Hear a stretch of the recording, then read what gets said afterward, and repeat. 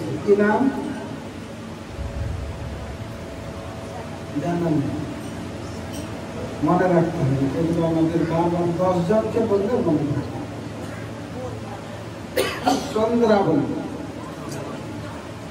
জেঠুর মেয়ে বড়, কি নাম? চন্দ্রাবলী।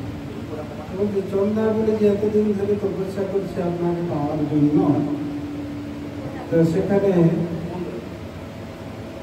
সেই চন্দ্রাবলীর সঙ্গে যাবে তবে ঠিক আছে। এই ভগবান কৃষ্ণ কি করেছেন, এই চন্দ্রাবলীর সঙ্গে যাওয়ার জন্য মনস্থির করেছে। তাই কতজন ছিল তারা? কোন ভাই?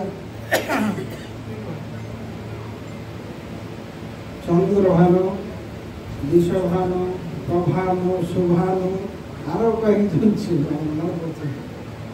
এই চন্দ্রাবলী কুঞ্জে ভগবান যে যাবে, নারদ মুনি ঠিক করেছে।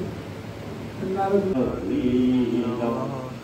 ओम विद्याय तुलसीदे भय प्रियाय कृष्ण भक्त कृष्ण भक्ति करे देवी सत्यवती नमो नमः।